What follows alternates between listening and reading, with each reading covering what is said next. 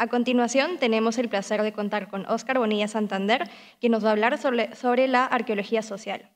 Óscar Bonilla es licenciado en Historia, con máster en Ciencias de la Antigüedad en el campo de la Arqueología y el Patrimonio por la Universidad de Zaragoza y máster del profesorado en Educación Secundaria por la BIU. Ha realizado estancias de investigación en el CSIC, la Universidad de Oxford, la Universidad de Siena y la Universidad de Durham. Especializado en innovación educativa y didáctica de las ciencias sociales mediante la metodología de aprendizaje-servicio en proyectos de innovación educativa de la Universidad de Zaragoza como investigador y docente. Es socio y fundador de la empresa Acción, Gestión Integral de Patrimonio Cultural, donde actualmente es responsable de ciencia y educación. Doctorando en la Universidad de Granada con el proyecto Paisajes Mineros de la Celtiberia. Ha impartido docencia en el grado de Historia de la Universidad de Zaragoza y participado en proyectos de investigación, desarrollo e innovación nacionales e internacionales. Director de intervenciones arqueológicas científicas, tanto en prospección como de excavación en diversos yacimientos españoles. Ha formado parte de proyectos arqueológicos en España, Inglaterra y en Italia. Su investigación se centra en el estudio de la cultura material, la economía en la protohistoria y la antigüedad en la península ibérica y en los usos del patrimonio y la historia como generadores de identidades en el mundo actual. En estos momentos es codirector de las excavaciones de Pie Cordero, El Covento y la Muela de Jorcas. Autor de más de 70 publicaciones científicas sobre arqueología, historia y didáctica en las ciencias sociales, ha coordinado congresos científicos nacionales y mesas en congresos internacionales. Es codirector de la publicación Materiales Didácticos Arqueológicos y evaluador de diversas revistas científicas.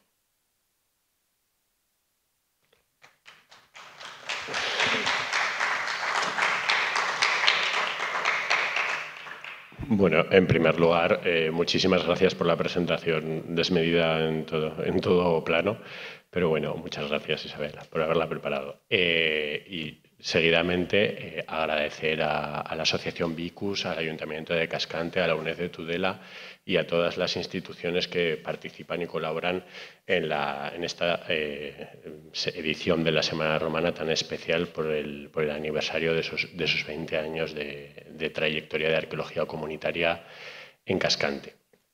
Cuando empecé a plantear sobre qué versaría la conferencia que vamos a ver hoy, la verdad que lo primero que planteé fue hacer una sucesión más o menos acertada de diferentes ejemplos a lo largo de la arqueología mediterránea sobre ejemplos de la arqueología social, que veremos un poco a partir de ahora, ¿no? Pero luego me di cuenta que igual pues, el problema era que no teníamos, que podían el auditorio y las personas que tenemos online no tener siquiera claro que se trataba esto de la arqueología social.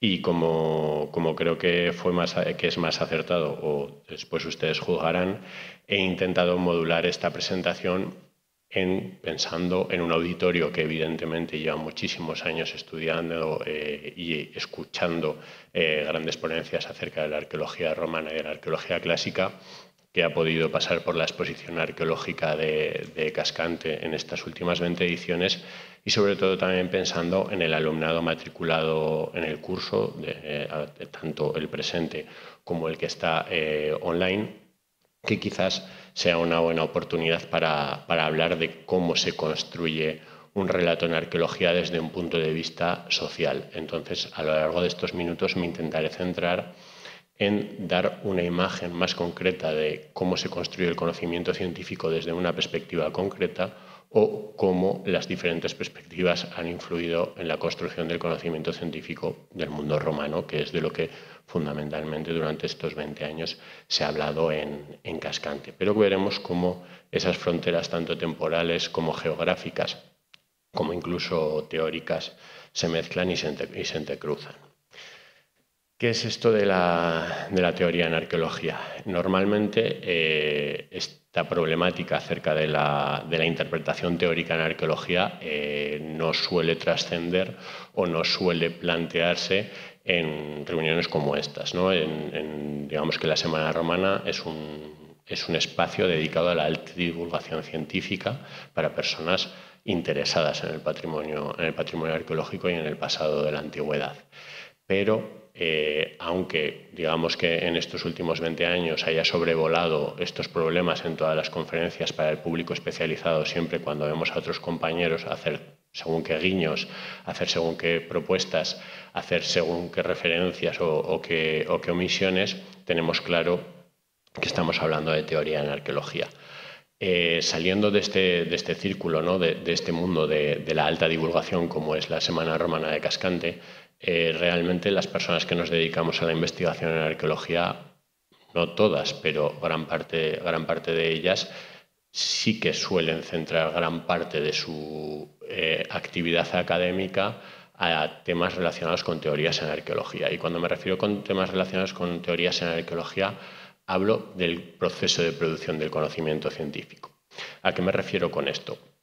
Cuando te enfrentas a esa temida hoja en blanco, o cuando te enfrentas a la redacción de un proyecto de investigación, o cuando te enfrentas a un proceso de creación científico a través de unos datos que quizás no los has producido tú, pero que los estás compilando o que se te han puesto a tu disposición, empiezan a surgir las preguntas. Y si no empiezan a surgir las preguntas, es una malísima señal. Esto es para los estudiantes que ahora se tienen que enfrentar a los trabajos finales de grado obligatoriamente y a los que hacen máster, trabajos finales de máster. Si el propio proceso de acercamiento al tema, que en principio puede parecer atractivo, o puede parecer sencillo, puede parecer fácil, no te plantea cada vez más preguntas conforme vas conociendo, tienes un problema y probablemente el problema sea teórico. ¿A qué me refiero con un problema teórico? Cuando cualquier persona se enfrenta a un proceso de construcción científica, tiene que tener muy claro cómo se construye el conocimiento científico y las propias posiciones o tanto las propias posiciones políticas, las propias posiciones económicas, la propia localización en el espacio y en el mundo, tu propio entorno condiciona tu producción científica. El problema es no ser consciente de esto.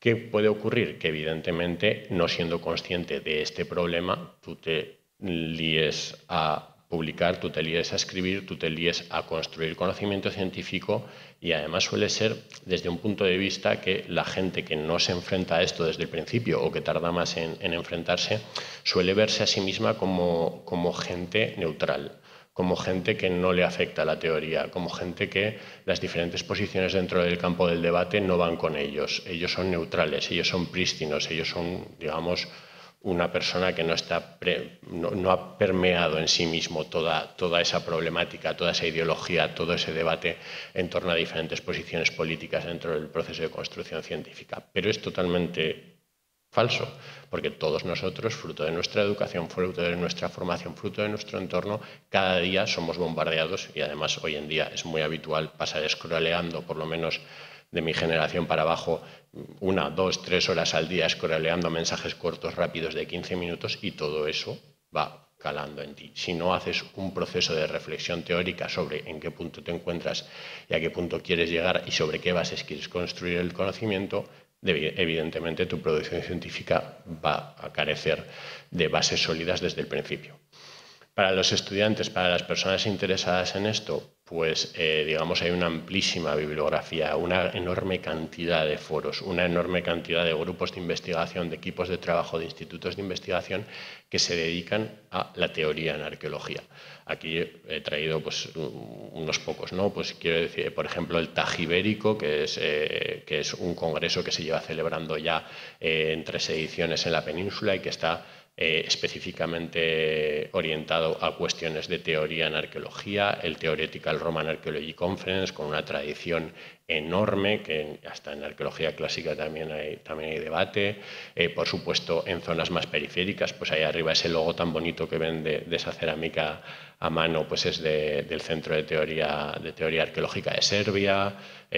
Por supuesto, dentro del mundo anglosajón ya saben lo que les encanta debatir y discutir, por supuesto, y están muy lejos, evidentemente, del mundo clásico en el sentido mediterráneo, pues evidentemente, pues en esos primeros años de formación muchas veces pues, el debate teórico es muy potente y quizás en nuestro país no es así. Por eso, a los estudiantes, a las personas que se acercan a este mundo, a las personas que quieran empezar a construir desde abajo y poco a poco conocimiento en arqueología, es imprescindible esa formación, esos primeros momentos de reflexión y, evidentemente, a partir de ese momento, la continuidad en este planteamiento.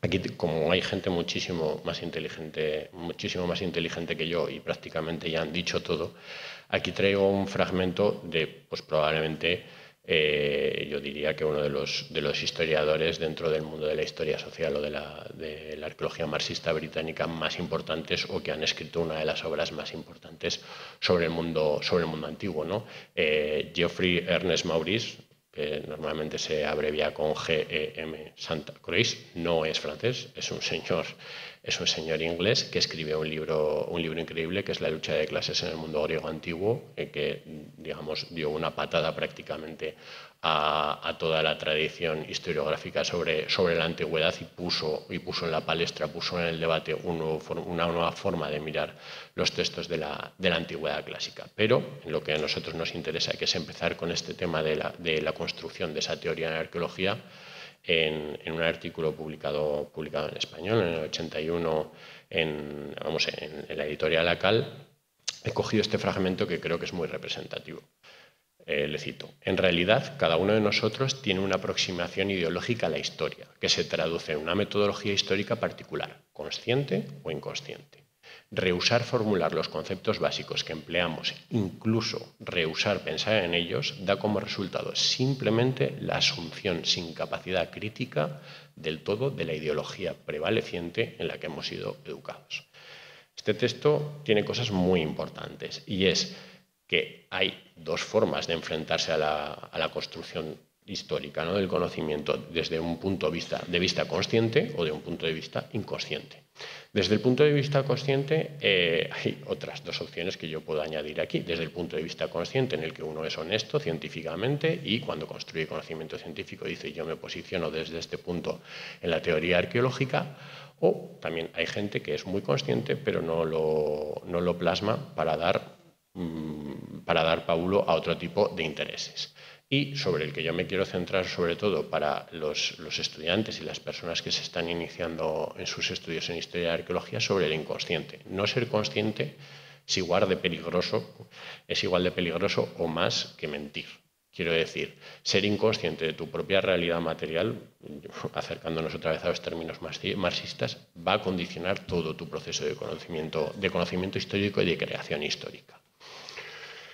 Seguido, aquí lo que aborda es un pensamiento muy importante. Si no somos conscientes de los parámetros bajo los que nosotros mismos estamos moviendo nuestra mano en el teclado, ahora que ya no se escribe en papel, no tendremos capacidad crítica, ya no con los demás, sino con enfrentarnos a lo que nosotros mismos estamos escribiendo. No ser conscientes de lo que nosotros damos por sentado, de lo que nosotros damos por sabido, de lo que nosotros damos por fijo y por inamovible, nos convertirá en personas sin ningún tipo de capacidad crítica, y nuestro proceso de construcción de conocimiento no tendrá ningún tipo de carga crítica. Por lo tanto, si somos inconscientes y somos acríticos, pues lo que estamos haciendo, la verdad es que tiene un valor histórico realmente escaso. Entonces, ¿cuántas arqueologías existen? Pues digamos que podríamos hacer así un juego de palabras muy sencillo y muy manido, que es tantas como personas hacen arqueología, ¿no? Cada uno de nosotros tiene su propia arqueología en sí mismo. Esto sería mentira, ¿vale? Porque es mentira, fundamentalmente. Pero quiero decir que no existen puntos monolíticos, puntos inmóviles dentro de las diferentes escuelas, no existen puntos de personas que, digamos, no se hayan movido en el proceso de creación científica durante 70 años y no hayan sido influenciadas por su realidad en cada momento. Tenemos que pensar que vamos a ver un poco la evolución de la propia arqueología y de la propia arqueología social, y cada una de las personas, cada una de las investigadoras, cada uno de los investigadores que se ha dedicado a esto, es hijo e hija de su propio tiempo y de sus propias circunstancias. Entonces, ¿esto qué quiere decir? Que tenemos que ser conscientes que cada uno de nosotros en un momento afrontará quizás un problema histórico de una forma diferente. Lo acaba de decir mi predecesora, Pachuca. Dice, con los mismos datos puede venir otra persona mañana y hacer otra interpretación histórica, igualmente válida, mejor, porque el conocimiento se construye poco a poco en base al debate y a la dialéctica, y probablemente incluso Pachuca, como ella misma ha dicho, dentro de unos años, pues igual con los mismos datos que maneja, fruto de la evolución propia de la disciplina, de la evolución propia de su investigación, pues haya cuestiones que se haya planteado y que años después pues sean rebatidas por otros investigadores o por nosotros mismos. Esto sería, pues digamos, ponernos un poco la venda antes de la herida, ¿no? Cualquier persona que se dedica a la arqueología tiene un enfoque diferente, tiene un enfoque particular y pues todos ellos pues tienen el mismo, con lo de todas las opiniones son válidas, ¿no? Pues no tiene por qué, ¿no? Si no están fundamentadas, pues una opinión simplemente es una opinión. Pero a lo que quiero decir es que cuando nos acerquemos a este problema, lo que tendremos que ir es cerrando el foco, ¿no? Tendremos que ir sabiendo cuando leemos un artículo, cuando leemos un libro, cuando nos enfrentamos a un trabajo, cuando nos enfrentamos a una obra de síntesis, tenemos que pensar bajo qué parámetros está escrita. Evidentemente podríamos empezar dividiendo el tipo de arqueología en dos grandes bloques, ¿no? Pues lo más fácil o digamos la forma más clara de trazar una línea, aunque luego veremos que no es continua, es dividirlo en las dos grandes escuelas del pensamiento del mundo actual a partir de la Ilustración, el idealismo y el materialismo.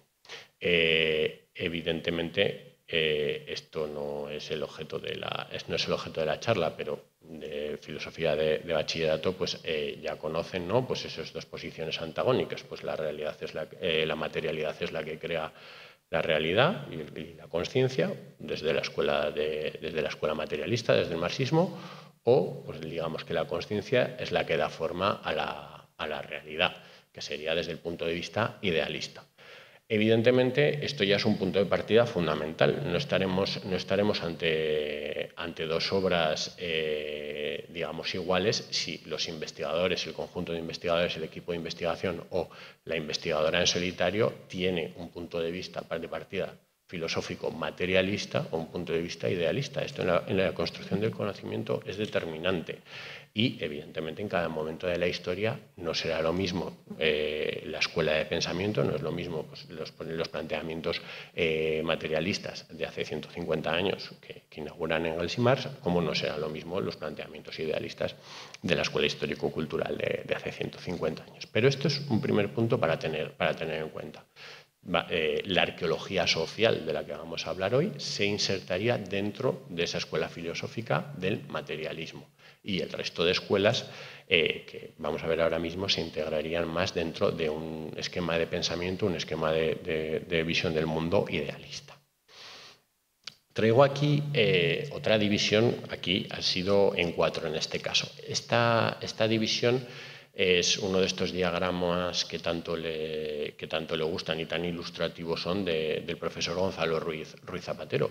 Gonzalo Ruiz Zapatero es un profesor de la Universidad Complutense de Madrid que se ha dedicado en los últimos prácticamente 25 años a abordar un tema que realmente en la Academia Española pues ha sido esquivo, ¿no? Aquí tenemos, por ejemplo, al profesor Gracia, que es uno de los mayores exponentes en el estudio de la historiografía de la arqueología en España.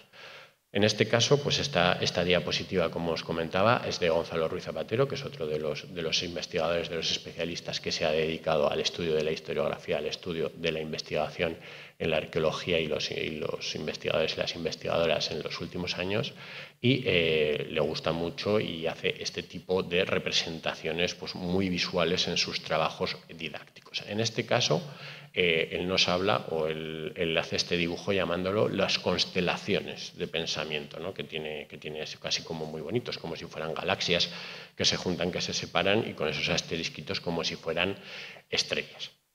Aquí pueden ver, pues digamos, las cuatro corrientes de pensamiento o las 4 escuelas fundamentales dentro de la arqueología que nos vamos a enfrentar cuando cojamos cualquiera de los textos. Evidentemente, ahí, pues también aquí Gonzalo pues ha acercado o ha alejado según le ha parecido unos por supuestos u otros, o ha hecho más grande una o ha hecho más pequeña otra, ¿no? Pero para tener claro, de lo que vamos a hablar fundamentalmente es en la conferencia, es de la arqueología social, ¿no? Y se integraría en esa pequeña estrellita de arriba que lo pone ahí en chiquitito roja, y es la arqueología marxista. ¿Y a qué se enfrenta ese tipo de arqueología? ¿O qué tiene enfrente? ¿Qué tiene entre medio? ¿No? Hay un vacío ahí en el espacio entre esas constelaciones, con alguna estrellita un poquito perdida ahí fuera de alguna de estas galaxias. Pero, ¿qué tiene enfrente? ¿Qué tiene enfrente esta arqueología social? Pues tiene enfrente, lo primero de todo, la tradición. Que la tradición sería la arqueología histórico-cultural, como veremos a continuación. Esa tradición es la que ha conformado prácticamente todo el conocimiento científico que conocemos ahora mismo. Y cuando cualquiera de nosotros se acerca a un libro de historia general, un manual, cualquier tipo de obra de divulgación científica, la Wikipedia o cualquiera de estos elementos, fundamentalmente el conocimiento histórico sobre el mundo protohistórico y sobre el mundo clásico viene de este momento. Y esto es muy importante saberlo. Cuando le preguntamos a ChatGPT, lo que nos va a responder es todo lo producido fundamentalmente por la escuela, histórico-cultural. ¿Qué ocurrirá?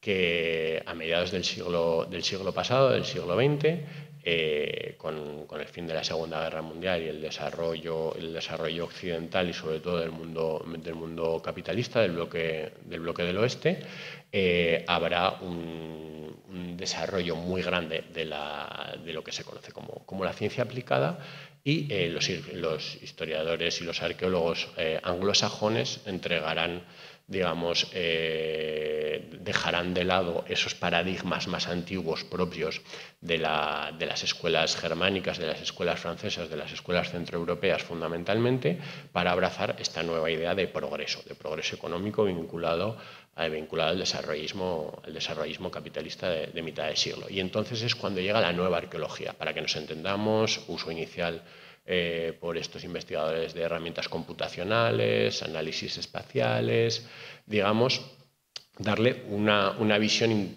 desde un punto de vista muy positivista, quizás desde un punto de vista muy naif, más científica a la arqueología.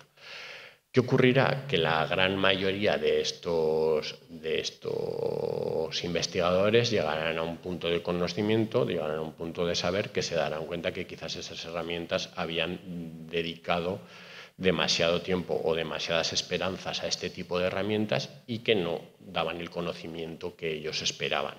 Entonces ahí se produce una fractura en el mundo, sobre todo en el mundo occidental, y el resultado es la arqueología postprocesual, que es, digamos, ahora en la ola máxima que nos encontraríamos ahora mismo, ¿no? Es ese mundo postmoderno, pues a partir de mayo del 68 y las diferentes crisis de los 70, cuando poco a poco pues esto ha ido invadiendo prácticamente todas las escuelas de pensamiento arqueológicas, y ahora es en el momento en el que nos encontramos.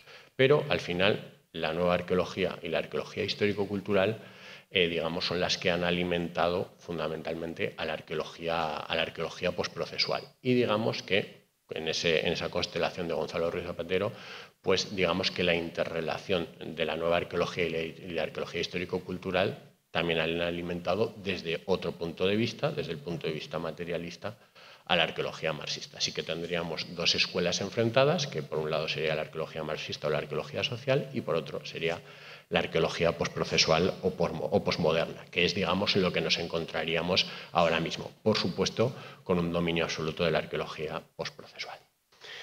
Habiendo planteado, digamos, este mapa inicial, lo que tenemos, sabiendo la importancia de la teoría, sabiendo la importancia de la lectura, sabiendo la importancia del análisis crítico de los textos a los que nos enfrentamos, y cuando me refiero a los textos me refiero a las obras de investigación arqueológica, tenemos que plantearnos, cuando nos enfrentamos a ello, sobre qué estamos. Muchas veces pues, se atribuye a Newton, ¿no? La frase mítica esta de he llegado tan lejos porque me he aupado a hombros de gigantes, ¿no? Para ver el panorama.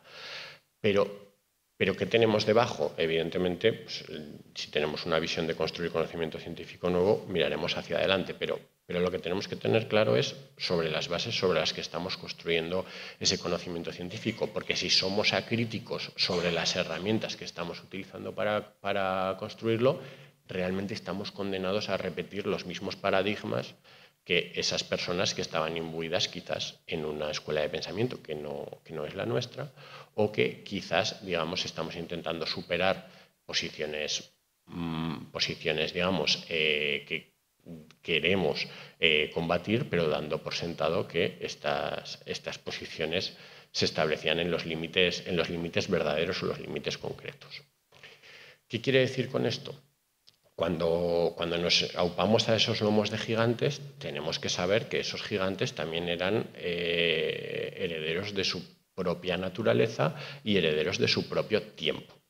Aquí he puesto una palabra entre comillas que es agencia, ¿no? Que si ya estáis con temas de TFGs y de TFMs, la palabra agencia os va a salir a todas horas, que en inglés es agency, no tiene una traducción totalmente literal con el español, pero es esa visión, ¿no? La agencia que supera esa visión que solo se centra pues, en lo material, que solo se centra en lo interior, en el pensamiento propio y que solo se centra en el determinismo del entorno, ¿no?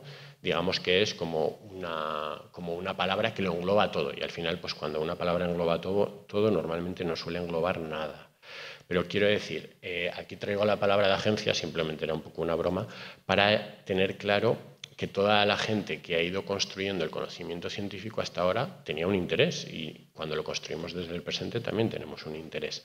Y por eso tenemos que tener claro los intereses de las personas que han ido construyendo este conocimiento científico. Por ejemplo, cuando nos enfrentamos a esos primeros datos sobre la arqueología peninsular, normalmente los primeros datos que conocemos sobre estos restos arqueológicos provienen de religiosos y provienen de la nobleza, que son las personas que en el momento del Renacimiento, junto con la aristocracia, empezaron a interesarse por estos temas. Los primeros grabados, las primeras pinturas, las primeras, digamos, compendios de objetos arqueológicos encontrados, esa visión anticuaria, ese momento de creación del conocimiento, ¿no? Hay que tener claro que en ese momento, por ejemplo, se datan muchísimas esculturas, se datan muchísimos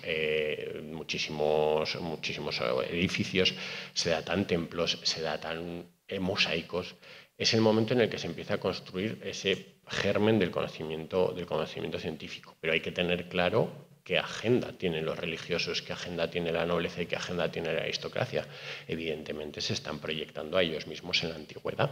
¿Qué quiere decir? Que los religiosos buscan esas personas del conocimiento, ¿no? En ese momento de gente preocupada por las cuestiones del conocimiento. Pensemos que los religiosos son los que transcriben fundamentalmente los documentos de los autores clásicos. Esa nobleza que es dueña de grandes extensiones de tierra, que muchas veces pues, es dueña de castillos, es dueña de palacios, que tienen su origen, por supuesto, cientos de años antes de ellos y buscan, digamos, reflejar su rancio abolengo, buscan reflejar su origen en esos cimientos tan potentes.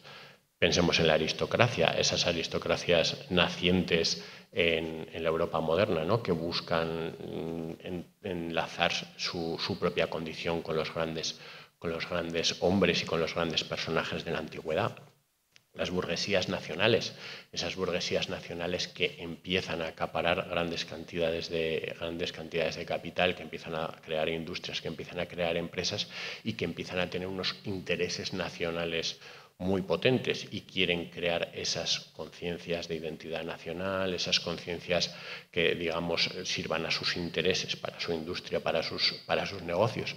Las élites intelectuales, evidentemente, ese primer germen, ese primer cuerpo de funcionariado vinculado a esos primeros museos, a esas primeras instituciones científicas. Y en el último momento, pues digamos, a partir sobre todo del último tercio del siglo XX, pues esos profesionales liberales que al final pues lo que están haciendo es tener compañías dedicadas al patrimonio, a la arqueología, y lo que evidentemente necesitan y quieren es seguir alimentando el negocio. Para entender esto hay que empezar por el tema que habíamos dicho de las fuentes clásicas. Las fuentes clásicas, que son la base fundamental de nuestro conocimiento acerca del pasado griego y romano, tenemos que tener claro que fueron escritas por y para las clases dominantes. La gran mayoría de la población antigua, tanto en el mundo griego como en el mundo romano, por supuesto, no accedía a estos textos, ni mucho menos. Una cosa es que no fueran capaces de escribir su nombre, leer su nombre, tener un mínimo conocimiento acerca de las letras, pero lo que tenemos que tener en cuenta es que cuando nosotros leemos a Tito Livio, cuando leemos a Piano, cuando leemos a Cicerón, esos textos están creados por las clases dominantes y están escritos para las clases dominantes. Al final la historia en el mundo antiguo no deja de ser un foco de educación para esas clases dominantes, ¿no? Y todo está lleno pues, de moralejas, de parábolas, de cómo tienes que enfrentarte a diferentes situaciones, pero siempre desde el punto de vista de por y para las clases dominantes. Por supuesto, cuando analizamos estas fuentes clásicas tienen un desprecio y una falta de interés absoluta para las personas que no están dentro de ese mundo, ¿no? Evidentemente, pues las clases bajas o las clases por supuesto, ya no hablemos de otros pueblos fuera de los límites de la civilización que son tenidos en cuenta simplemente como salvajes. Absolutamente, pues siempre son visiones caricaturizadas, visiones con muchísimo desprecio, visiones vejatorias sobre cualquier otra persona. Entonces, si nos acercamos a ese texto de una forma crítica, al final asumiremos esa hegemonía, ¿no? Como diría Gramsci, de las clases dominantes. Por eso tenemos que tener claro que es importante y es ineludible acercarnos a las personas sin voz a través de los textos, pero tenemos que acercarnos desde un punto de vista crítico. Tenemos que entender, además, que en los inicios del siglo XIX, y sobre todo en el siglo XIX y principios del XX, digamos que esos nobles, que esos religiosos, que esas personas de letras habían rescatado lo que son esos textos antiguos, los habían traducido, los habían mantenido, los habían copiado reiteradamente. En el siglo XIX la batuta pasa a la aristocracia y a la burguesía, son fundamentalmente nacionales, y cuando digo esto estoy hablando de aristocracia, por supuesto, inglesa, italiana, la burguesía francesa, alemana, también por supuesto en nuestro país. Y digamos, como los textos ya empiezan a estar de una manera bastante accesible para este tipo de personas, lo que empiezan es a utilizar esos textos para descubrir yacimientos arqueológicos, lugares especiales, lugares históricos, lugares que en las fuentes están representados, y para encontrar, pues evidentemente, esos restos de un pasado ideal. ¿Qué quiere decir esto de un pasado ideal? Aristócratas y burgueses se refugian en el mundo clásico para proyectar sobre él una imagen ideal, una imagen fantástica del mundo antiguo. ¿Cuál es esa imagen fantástica? Una imagen en la que no hay esa conflictividad social. Tenemos que entender que en el siglo XIX los aristócratas y los burgueses están viendo cómo el movimiento obrero, las diferentes revueltas campesinas, están poniendo en tela de juicio en numerosas ocasiones sus privilegios. Y esta gente, pues, encuentra en la antigüedad clásica esa especie de remanso de orden, de paz, de las cosas bien hechas, de la tradición. Empiezan también a dar esas lecciones de historia de fíjate cuando las masas adquieren más poder, pues cae la república, todo este tipo de cuestiones. Entonces tenemos que ver que esos aristócratas y burgueses se refugian en ese mundo antiguo para conseguir ese mundo que ellos anhelan en su propio presente, pero que por supuesto no es cierto. Por supuesto, estos aristócratas y burgueses tienen un interés en esta palabra que está tan de moda, ¿no? En la geopolítica, por supuesto, en los conflictos entre pues, los diferentes estados-nación, la civilización, la barbarie, digamos que están proyectando su propio presente, la época de los imperios, el imperio británico, el imperio francés, el imperio alemán, lo están proyectando en la antigüedad. Así que, nuevamente, cuando nos acerquemos a esos textos, tenemos que estar precavidos de todo este tipo de problemáticas. También tenemos que tener claro que es el momento de los grandes descubrimientos. En ese momento, lo que se busca es encontrar esos grandes hitos de la arqueología, ¿no? Que conocemos, las maravillas del mundo antiguo, esos elementos fastuosos. ¿Qué ocurre? Que evidentemente lo que se busca en ese momento son esas fotografías de gloria, esas fotografías de idealización del mundo antiguo. Evidentemente no se buscan otros signos de opresión, otros signos de donde vivían las clases populares, donde desarrollaban sus trabajos. Solo nos centramos en templos, en teatros, en anfiteatros, en grandes edificios públicos y, por supuesto, en obras de alto interés artístico, esculturas, piezas cerámicas pues, de figuras rojas y negras con motivos decorativos muy llamativos, y todo este tipo de elementos son los que llenan los primeros museos arqueológicos. Y, por supuesto, estos primeros museos arqueológicos, galerías de curiosidades o como se vayan desarrollando, empiezan a dar una visión totalmente distorsionada del mundo antiguo, ¿no? En el mundo antiguo pues solo hacían esculturas, hacían grandes templos, hacían anfiteatros y lo pasaban muy bien en los teatros. Y por supuesto todo eso empieza a quedar en el pozo de los grandes catálogos, las grandes obras de inicios del siglo XX, que por supuesto seguimos utilizando.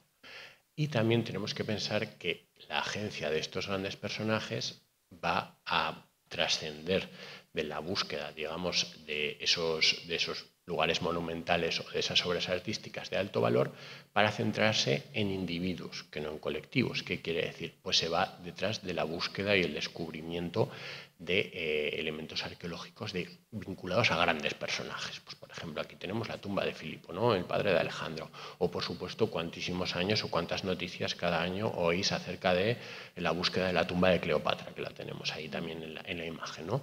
Tenemos que pensar que la forma de acercarse a ese mundo no da la parcialidad por el todo. Al final Cleopatra había una, Filipo II había uno y eran el gobernante o la gobernante del momento, pero gobernaban sobre una masa que representaba, por supuesto, muchísimo más que el 99,9% de la población. Y es ese momento que, si juntamos todos estos factores, la excepción se convierte en norma. ¿Qué quiere decir? Que si a la hora de acercarnos a todos estos puntos de la antigüedad clásica sin tener una postura crítica sobre la producción del conocimiento antes que nosotros, lo que nos empezaremos a plantear es que todas esas cosas excepcionales son la norma. Todo ese puzzle de piezas excepcionales son las que producen el mundo romano antiguo. Entonces, este es un ejemplo, por ejemplo, muy habitual, ¿no? O sea, que ahora que ha sido la película de Gladiator 2, el tema de las naumaquias, ¿no? En el anfiteatro, las luchas de gladiadores, pues el tema de grandes enfrentamientos o llenar el anfiteatro de agua y utilizar barcos. Evidentemente sabemos que en el mundo antiguo esto pasó, ¿no? Hay fuentes antiguas que hablan de enfrentamientos de naumaquias, ¿no? de estos juegos circenses. Pero es el riesgo que corremos, ¿no? Pensarnos que en el anfiteatro pues cada 10 días se llenaba de agua y había 70 barcos luchando. Pues digamos que esta broma sería un poco extrapolable al resto de cosas del mundo clásico. Si empezamos a coger todas esas pequeñas parcelas sobre las que se ha construido el conocimiento actual, llegaremos a un punto en el que realmente pensemos que esa es la imagen, que esa es la sociedad sobre la que estamos estudiando, y si solo tenemos esa imagen o tenemos ese punto de vista crítico, nuestro acercamiento será realmente poco productivo y poco satisfactorio en aras de la construcción del conocimiento real. Otro punto fundamental de esta forma de acercarse al pasado, y por eso incidía sobre el tema de la agencia, es la intención, ¿no? La intención sobre ese pasado. Desde el siglo XIX la arqueología y la historia se ha convertido en un elemento fundamental para la cohesión de las identidades nacionales. Aquí traigo dos imágenes, una antigua y otra muy moderna. Aquí tenemos, por un lado, el asedio de Numancia, ¿no? Que prácticamente para la construcción de la identidad del Estado español, por cualquiera de las opciones políticas existentes en los últimos 150 años, Numancia se ha utilizado como símbolo de resistencia heroica del pueblo español, como símbolo de la capacidad innata de sufrimiento hasta límites insospechados de la identidad española y cómo pues, un elemento arqueológico, que en este caso es una ciudad completa con un enorme plan de investigación desde hace más de un siglo, se ha convertido pues eso, en un mito para crear un sentimiento colectivo de identidad nacional, que por supuesto cada uno lo interpretará como bien quiera en cada momento y en cada fase de la historia. Y aquí traigo otro elemento, ¿no? Que es un descubrimiento pues, prácticamente recentísimo de los últimos años, que es la famosa mano de Irulegui, que ya pues, aquí en Navarra pues, ha sustentado pues, acaloradísimos debates, lo sigue sustentando, charlas, conferencias, contraconferencias acerca del valor identitario de un pedazo de bronce con unas cuantas letras que ni sabemos leer, ¿no? Entonces, es a lo que voy, ¿no? Que si construimos el conocimiento histórico a través de este tipo de pedazos, evidentemente siempre nos acercaremos a un punto fragmentario, pero si no somos conscientes del interés de esos profesionales que están detrás del conocimiento histórico, pues realmente pues, estaremos engañados fundamentalmente. Y esto, aunque puedan parecer dos imágenes muy antiguas de esos cuadros preciosos de Alma Tadema, pues los he traído porque incluso en el tiempo presente se está produciendo una vuelta hacia atrás. Me explico. Aquí tenemos dos imágenes, ¿no? En la que ustedes ven el anfiteatro, pues es una pintura de Alma Tadema, de estas pinturas historicistas, romanticismas, de una visión ideal de esa antigua Roma, de grandiosa, por supuesto, fantástica, con ese mundo de la aristocracia burguesa europea, viviendo la Dolce Vita y todas estas cosas, pero la otra imagen es una reconstrucción virtual actual de Roma. Entonces, estamos dando un poco la vuelta al mismo punto, ¿no? Si somos acríticos en torno a las bases en las que construimos el conocimiento, pues al final terminaremos repitiendo los mismos modelos que se producían hace 150 años, pero en 3 dimensiones. Llegados a este punto, si lo que tenemos es un montón de conocimiento, un montón de obras, un montón de artículos, un montón de libros, catálogos, museos llenos de piezas creados a partir de esta visión tan concreta y tan sesgada, ¿dónde está la mayoría de la población? ¿Dónde está representada? Aquí, pues otra vez por la broma del 3D, pues os he traído un paisaje con un castillo, ¿no? Yo lo que quiero es que un poco entendáis que esta visión de la arqueología es como si todo lo que sabemos de un territorio medieval feudal, de un gran dominio de un gran señor, se condensa en el castillo, ¿no? Dentro de las murallas. Está controlado, está delimitado por unos muros muy claros, por unas barreras del conocimiento, y todo lo que hay fuera es la barbarie, es el desconocimiento, es la ignorancia absoluta. Si nosotros, digamos, solo nos acercamos al conocimiento histórico a través de esa visión, pues evidentemente tendremos una visión totalmente desenfocada. Pero si es nuestro interés acercarnos desde ahí, pues estaremos dando justo en el clavo. ¿Qué ocurre? Que cuando nos buscamos a las personas sin historia, pues los restos arqueológicos y los restos materiales pues no son tan llamativos. Me explico.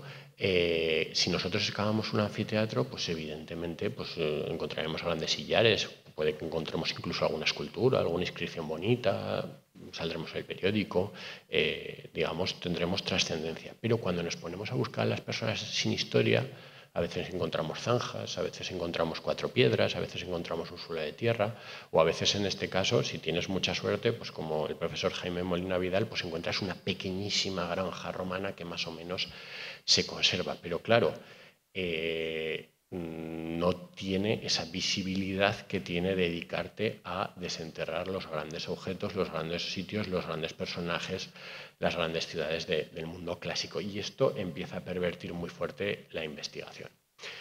Ante todo esto, ¿qué respuesta ha habido? Pues ha habido una respuesta limitada, larga, pero que, por supuesto, no se ha convertido en mayoritaria en ningún momento.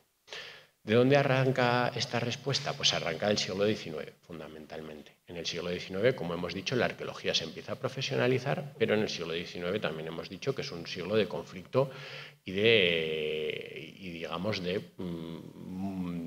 una situación, tanto para los oprimidos como para los opresores, de tomar conciencia de su posición en el mundo. ¿Qué quiere decir esto? Los opresores toman conciencia de que tienen que tener controlados a los oprimidos y los oprimidos empiezan a tomar conciencia de que tienen que organizarse para combatir esa opresión. Aquí tenemos una imagen de la Comuna de París, ¿no? de ese momento insurreccional de la capital francesa, y de Marx y Engels, que serían los primeros que se acercarían a posiciones materialistas sobre algunos retazos sobre todo de la historia del mundo antiguo, y Engels, que se acercaría también a la configuración de esas sociedades antiguas con los limitados puntos que tenía en ese momento. Pero ¿qué ocurrirá? Que la arqueología antes habíamos dicho que estaba al servicio del poder. Y si hasta ese momento pues, la ideología marxista no había obtenido cotas de poder, pues evidentemente no tendrá ningún espacio en la que desarrollarse. ¿Esto cuándo cambiará o cuándo empezará a cambiar? Pues empezará a cambiar cuando triunfe la revolución bolchevique en Rusia y se constituya la Unión de Repúblicas Socialistas Soviéticas. Y es ahí cuando surgirá un movimiento en respuesta a toda esa arqueología burguesa, toda esa arqueología aristocrática y toda esa arqueología nobiliar.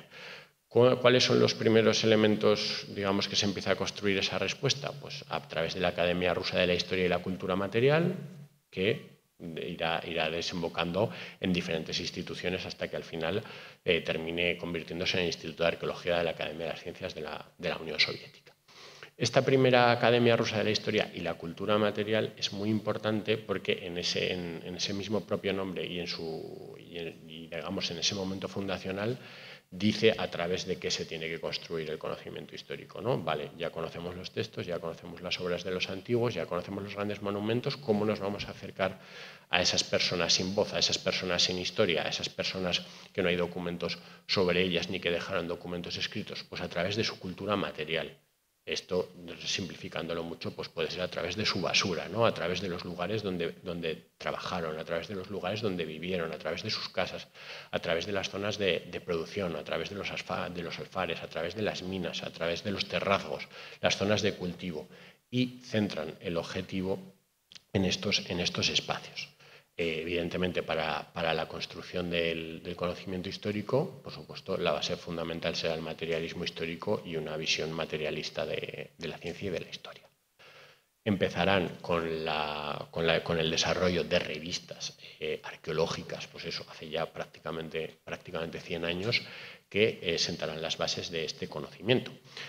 ¿Qué ocurrirá? Que evidentemente pues, el mundo del este y el mundo occidental pues, tienen varias barreras. En ese momento pues, la propia barrera de la política, el propio periodo de entreguerras y también el propio problema de la barrera idiomática, ¿no? Desde las posiciones más occidentales donde nos encontramos nosotros, pues evidentemente acercarse a los textos en ruso era complejo, no había mucha gente que los pudiera trabajar, pero como en ese momento se empiezan a configurar las internacionales comunistas, las diferentes opciones y las diferentes asociaciones políticas desde este punto de vista ideológico, pues empezarán los intercambios con los diferentes partidos, con las diferentes secciones sindicales de cada uno de los países occidentales, y empezará a permear poco a poco esta visión, ¿no? Aquí teníamos pues esa primera revista que se llama Cultura Material, que es una declaración de intenciones absoluta, ¿no? Vamos a centrarnos en la cultura material, ¿no? En los restos de esas personas sin voz. Luego habrá otros espacios para expresarse, como será pues ese que pone problemas de las sociedades precapitalistas, y luego ya pues desembocará en la famosísima revista de arqueología soviética, que serán los órganos de expresión de esta escuela soviética, y que vendrá un poco a revolucionar mejor dicho, nuestra visión sobre la antigüedad clásica. ¿Qué supondrá esto? Un cambio de enfoque. El estudio de la economía se producirá ya no tanto desde los textos, sino desde la cultura material, los restos arqueológicos, el propio estudio de esos detritos, ¿no? De esos restos que hasta ese momento pues, que no habían tenido mucho interés por no tener valor artístico, por no tener valor para ser expuestos en un museo, por no tener valor para construir una identidad nacional o para proyectarnos en el pasado. Esta gente sí que se entiende a ellos mismos en esos detritos como la forma de proyectarse en el pasado, ¿no? Pues una arqueología proletaria hecha por proletarios. A los proletarios los tendrán que buscar los proletarios. Y empezarán a cambiar posicionamientos teóricos, ¿no? Empezarán a dejar atrás un poco, pues, interpretar los cambios a través de luchas, de guerras, de conflictos, de generales, de batallas, sino propio del desarrollo de su propio modelo interpretativo de los cambios como fruto de la lucha de clases, ¿no? Que el motor de la historia al final será el conflicto entre pues, oprimidos y opresores, y que eso llevará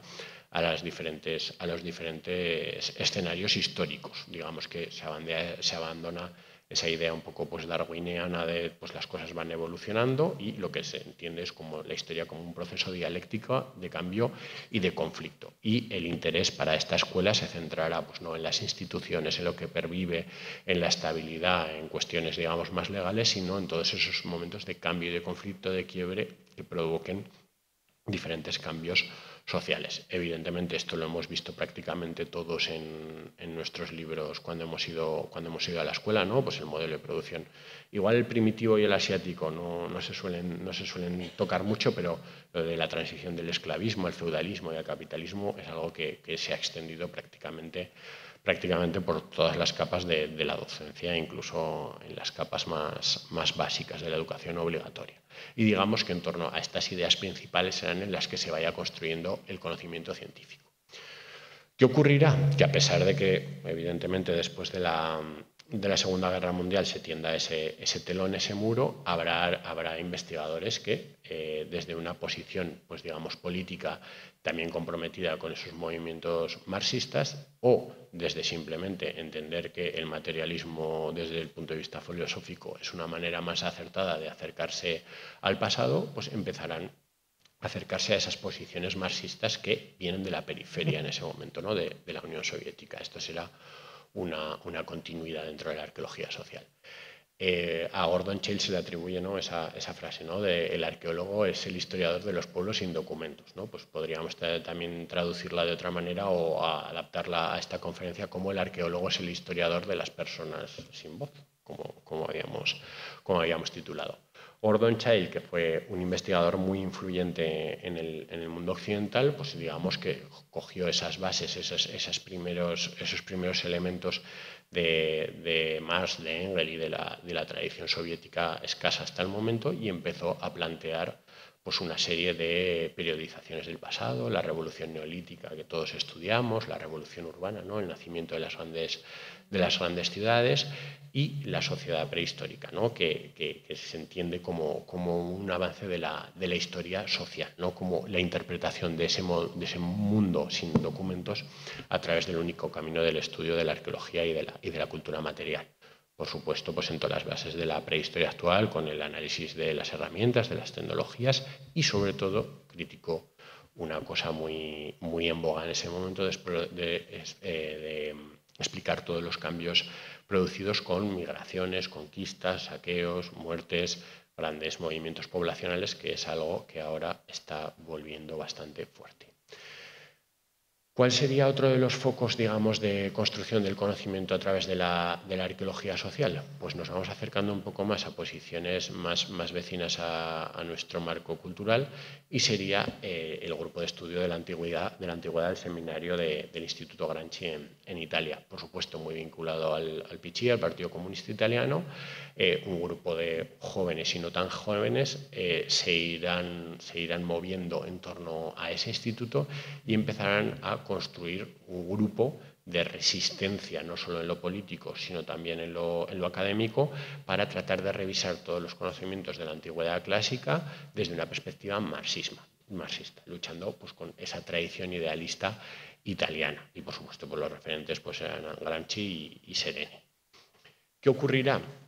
Que digamos que esto se plasmará en excavaciones arqueológicas, en proyectos de investigación, evidentemente se plasmará en una realidad nuevamente material, pero en esta vez a través de obras que sentarán las bases de lo que fundamentalmente es la arqueología clásica en la actualidad.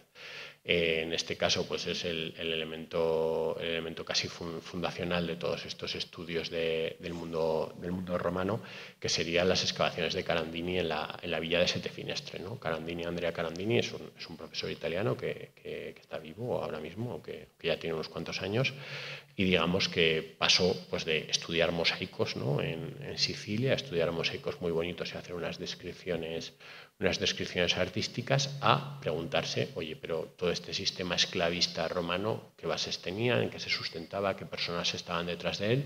Y lo que hizo fue irse a la Etruria a excavar una gran villa romana, pero no se centró solo, por supuesto, ni en la parte de los mosaicos, ni en la parte de representación, ni en la parte de la aristocracia, sino que se centró en la excavación y en el estudio de todas las partes productivas de esa villa, las zonas productivas agrícolas, ganaderas, animales, y sentó las bases del conocimiento prácticamente actual. Y nuevamente haciendo un guiño a ese Instituto de la Cultura Material Soviético, comenzó, o digamos, sentó también las bases dentro de la arqueología clásica, que era algo que hasta el momento pues tampoco se había trabajado de esa manera, en estudiar los detritos, la basura, los restos que no son artísticos de esas sociedades desde un punto de vista científico, para tratar de extraer conocimiento social desde el estudio de esos restos menos monumentales, de esos restos, pues digamos, de la vida cotidiana, ¿no? Pues ese libro mítico de arqueología y cultura material, el trabajo sin gloria en la antigüedad clásica, ¿no? Ese título un poco lo dice todo. Es un librito muy pequeño, pero que, digamos, marca las claves o sintetiza todas las claves de ese instituto Gramsci. Y digamos que esta línea de periferias viene terminada o desemboca en un movimiento muy interesante, que es el de la arqueología social latinoamericana, nuevamente desde la periferia, nuevamente desde posiciones antiimperialistas y sobre todo desde posiciones marxistas. Hay un grupo de estudiosos y de investigadores que empieza a rebelarse contra todo ese fenómeno de las universidades americanas, yendo fundamentalmente a América Latina, extrayendo restos arqueológicos, extrayendo conocimiento de esas propias comunidades y yéndose sin dejar ningún tipo de legado en el lugar donde estaban trabajando. Y digamos, desde ese momento anticolonial, desde ese momento de lucha antiimperialista, desde ese momento de resistencia y sobre todo desde ese momento del marxismo crítico con lo que estaba sucediendo en ese momento en la Unión Soviética, nace una corriente, por supuesto, dentro de esta línea de la arqueología social, pero con nuevas líneas de pensamiento y sobre todo abriendo nuevos debates que ahora mismo son súper actuales, ¿no?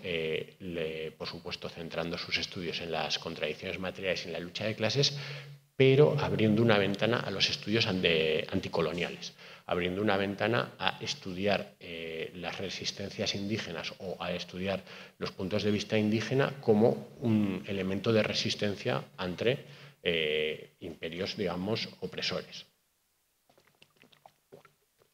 ¿Qué quiere decir esto? Que se empieza a difuminar esa línea entre civilización y barbarie, ¿no? Todo lo que, por ejemplo, desde los estudios clásicos estaba fuera del mundo griego y del mundo romano, se concebía como barbarie, como cosas a despreciar, como cosas a superar, como cosas que no tenían ningún tipo de valor ni ningún tipo de enseñanza para el presente. Y desde posiciones anticoloniales se le da la vuelta a este punto y se empieza a observar que, digamos, este punto de vista anticolonial lo que nos puede dar es una información muy valiosa sobre todas estas sociedades sometidas. ¿Cuáles serían los principios fundamentales de este movimiento? Pues que la arqueología es política, como decíamos antes, pues que no puede ser neutral, ¿no? Debe estar, pero no puede ser neutral. El conocimiento no se produce nunca desde un punto de vista neutral. Para este grupo debe de estar, en vez de al servicio del poder, al servicio de los oprimidos. Es una declaración de intenciones absoluta. Otro de los puntos de este grupo sería que el pasado se estudia para transformar el presente. O sea, se tiene una función, igual que tenía una función para esos aristócratas, para esos nobles, para esos burgueses, para esta nueva generación tiene también una función, pero desde el otro punto de vista, ¿no? Desde el otro punto de vista, sobre todo desde el otro lado de la trinchera. empieza una fuerte crítica al eurocentrismo. Por supuesto, empieza una crítica no solo a los movimientos coloniales, sino a la visión que se había proyectado desde las academias europeas sobre el proceso de cambio cultura prácticamente de todo el mundo. Y se centra, por supuesto, en aspectos concretos de las sociedades prehispánicas y de cómo se organizaba ese trabajo, porque, digamos, además es un campo muy abonado por la limitación de los documentos en ese momento, en época prehispánica. Y, sobre todo, a partir de época de la llegada de los colonos, se centra en la arqueología de la resistencia, ¿no? Cómo esas rebeliones indígenas dejan su registro material en la arqueología. Y para ir terminando, la arqueología social en España. En España no se constituye como una corriente propia, pues como podría ser la corriente que se constituye en el mundo tanto anglosajón, pues a través de Gordon Childe, a pesar de que se despolitiza, sus seguidores se despolitizan un tanto, la corriente que se constituye en Italia o la corriente que se constituye en América Latina, pero en España, digamos que a partir de la transición y con la renovación de la Universidad Española, numerosos grupos de investigación y numerosos investigadores e investigadoras, a título particular, sí que se empiezan a acercarse a esas influencias de la arqueología social, de la arqueología materialista, pues bien desde la escuela italiana, con esos intercambios con la Escuela Española de Arqueología en Roma, bien a través del mundo anglosajón, con las primeras personas que empiezan a utilizar fluidamente el inglés y empiezan también a leer estos textos originales, también con las primeras traducciones, por supuesto, y también pues, con los contactos con el mundo latinoamericano, sobre todo vinculados a personajes relativos a la lucha anticolonial y a la lucha armada en ese momento. ¿Qué ocurrirá?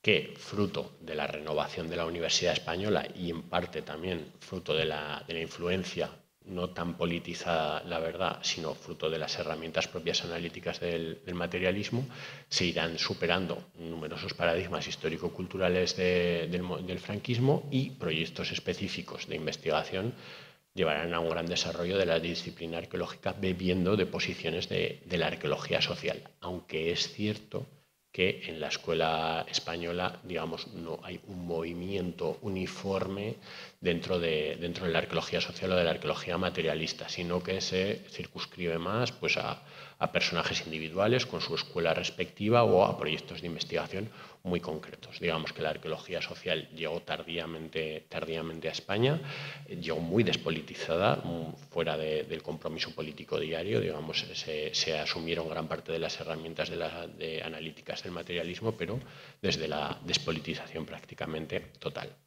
¿Y cómo nos encontraríamos ahora en la sociedad actual? Pues digamos que en el siglo XXI pues parece que estamos dando una vuelta hacia el principio, ¿no? Con el fin de grandes movimientos o digamos con la imposición del paradigma posmoderno, el siglo XXI pues ha despolitizado o ha presuntamente despolitizado en parte la asunción del patrimonio arqueológico y se le ha dado ese nuevo nombre, ¿no? El patrimonio. Ahora la arqueología se considera como patrimonio, es un recurso, la arqueología es un recurso, ¿no? Y ese recurso pues de repente ha pasado a convertirse en algo concretamente muy parecido a la vuelta a lo anterior, ¿no? A la monumentalidad, a esos lugares especiales de valor artístico destacado, esos conjuntos monumentales, y de repente el patrimonio, bajo la excusa del patrimonio y sobre todo del paradigma neoliberal del turismo, se ha empezado otra vez a lo que hay que excavar son grandes conjuntos monumentales. Este, por ejemplo, es el conjunto de Noeda, ¿no? de los mosaicos de Noeda, que lo hemos visto en varias ocasiones en anteriores semanas romanas, un conjunto espectacular de mosaicos. Y las administraciones, en este caso, las administraciones autonómicas, que son las que tienen las transferencias de las competencias en nuestro país, han centrado la mayor parte de la financiación de este tipo de intervenciones en conjuntos monumentales con la excusa de que se convertirán en recursos turísticos, porque la monumentalidad es la que traerá el turismo y la riqueza. y volvemos al punto inicial, ¿no? De repente hemos vuelto a una posición del siglo XIX de excavar esos grandes conjuntos monumentales, esos grandes palacios, esos grandes templos, porque ahí es donde está el objetivo final de la investigación. Hace 150 años, como hemos visto, pues igual el objetivo era otro, pero ahora de repente el objetivo es la atracción de ese turismo, pero bajo la premisa falsa, evidentemente, de que solo lo monumental puede atraerlo, cuando una gestión adecuada del patrimonio puede traerlo sin que sea monumental. Un ejemplo muy reciente, y de hecho un ejemplo que está ocurriendo ahora, ¿no? Esta noticia es súper reciente, es de este mismo año. La cúpula más grande de España protegerá el yacimiento de los tartesos de las casas del Turuñuelo. Claro, el yacimiento es espectacular, no cabe la menor duda, pero 7 millones de euros para cubrir este yacimiento. Claro, al final es un palacio tartésico. Quiero decir, si digamos si la arqueología como producto de una necesidad de ver cómo funcionan las relaciones sociales del pasado para transformar el presente se deja de lado, de repente volvemos a un punto inicial en la disciplina arqueológica, ¿no? Solo buscar los valores patrimoniales, los valores más llamativos, los lugares más emblemáticos, los lugares más destacados, que nuevamente se convertirán otra vez en la excepción que de repente conformará la norma, ¿no? Entonces, esa constelación de estrellas como esa que tendrá la cúpula encima será lo que sea la configuración de la sociedad que estamos estudiando. Al final, si las propias administraciones solo invierten en yacimientos monumentales, pues evidentemente al final condicionan un poco la propia investigación, ¿no? Si solo se impulsa con financiación los lugares que son emblemáticos en el sentido de monumentales, pues los propios investigadores y las propias investigadoras únicamente volverán solo a investigar esos lugares, porque si la financiación se encuentra ahí, si no hay financiación para investigar y estudiar los asentamientos rurales de las personas que constituyen la mayor parte de la población, pues si no hay financiación para eso, pues al final se condena, digamos, a ir a estudiar este tipo de lugares excepcionales, ¿no? Y que corremos el riesgo de volver a caer en ese círculo, ¿no? De pasar del liberalismo, pues ahí tenemos unos grandes personajes en un templo egipcio haciendo esas primeras investigaciones, bajo un paradigma evidentemente neoliberal, pensar que solo los grandes yacimientos, que solo los grandes conjuntos monumentales son los que pueden atraer al turismo. Y igual, digamos, lo que hay que hacer es trabajar en la educación para dar valor a esos lugares de las personas sin voz, ¿no? Quiero decir, al Coliseo evidentemente la gente seguirá yendo, y a los templos de Luxor, pues por supuesto la gente quiere seguir yendo, pero las personas interesadas en el turismo patrimonial, en el turismo arqueológico, evidentemente son personas que están dispuestas a ir a otros lugares, que no tengan esos elementos monumentales, esos elementos tan destacados correspondientes a las grandes aristocracias, ¿no? Entonces, digamos que corremos el riesgo de volver al principio si no tenemos claro que la arqueología tiene que ser una herramienta de transformación. Evidentemente, si lo que creemos es que la arqueología tiene que ser una herramienta de transformación social, pues habrá que investigar o habrá que centrar las investigaciones, como se hace aquí en Cascante, en lugares donde los campesinos, las campesinas, la gente que configuraba el mundo antiguo vivía y trabajaba. Si no, pues estamos condenados a repetir los mismos errores que se llevan repitiendo desde el siglo XIX y principios del XX en la arqueología.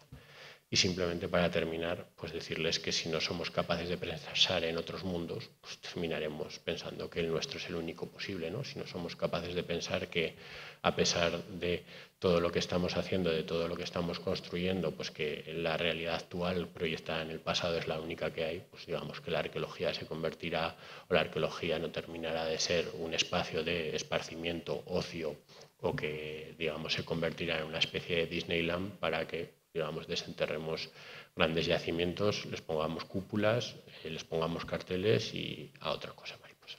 Muchas gracias.